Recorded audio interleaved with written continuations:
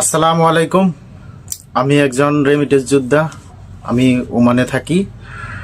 তো আমার কথাগুলো হইল আসিফ নজরুল বা যে আপনার স্বরাষ্ট্রমন্ত্রী এবং রাষ্ট্রপদে দায়িত্ব পালন করতেছেন আসিফ নজরুল, ওনার আগের কথাগুলো শুনেন।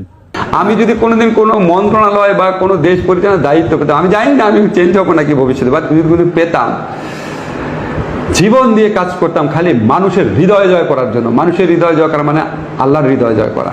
এবং প্রবাসী আমি সিদ্ধান্ত নিব আমি দেশে কয় মাস থাকবো, কি করবো। আমার রুচি মতো আমি দেশে থাকবো, আমার রুচি মতো আমি দেশের থেকে আসবো, এটাই লইলে আমার কথা।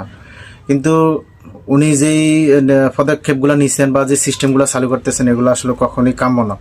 তো এই কারণেই এখন রেমিটেন্স যোদ্ধারা, সব রেমিটেন্স যোদ্ধারা এখন রেমিটেন্স পাঠানো দেশে বন্ধ করে দিতেছে।